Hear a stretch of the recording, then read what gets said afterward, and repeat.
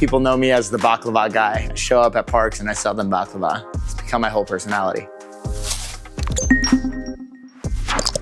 I wish when I was a kid, someone would tell me like, hey, you're gonna sell baklava. That's gonna be your job, bringing people baklava. We got our start at this show. Fish has a crazy culture of outdoor markets before concerts. And I'm like, what can I do to support myself on tour? While I'm thinking about this, I'm in a Middle Eastern grocery store, staring into space. I got 3 trays. I think there were 20 pieces each and sold them all. I felt like I was reborn. It was so well received. People were cracking up over it.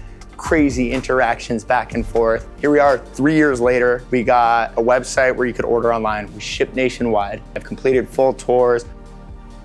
Reliable service is one of the most important things I need to run this business. Being able to create an order on the go, check analytics, accepting payment, having the phone ready to go has just been an absolute game changer. I grew up in a really Turkish area, so I've been eating baklava my entire life. It took getting into the industry to realize that Turkish baklava is by far the best baklava, and the reason is all about pistachios. The south of Turkey is really, really rich with pistachio trees. That's why we import this directly from Turkey, unbaked. We bake here in the United States 3 times a week, bake in the morning, ship in the afternoon.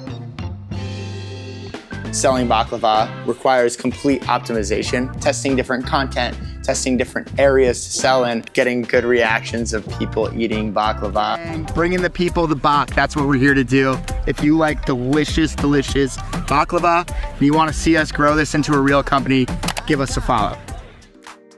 In the beginning, it was just me and a sheet tray selling baklava in the park. It's still that, but there's a lot more to it now. Shout out to US Mobile. I couldn't run this whole show, do my thing without reliable service.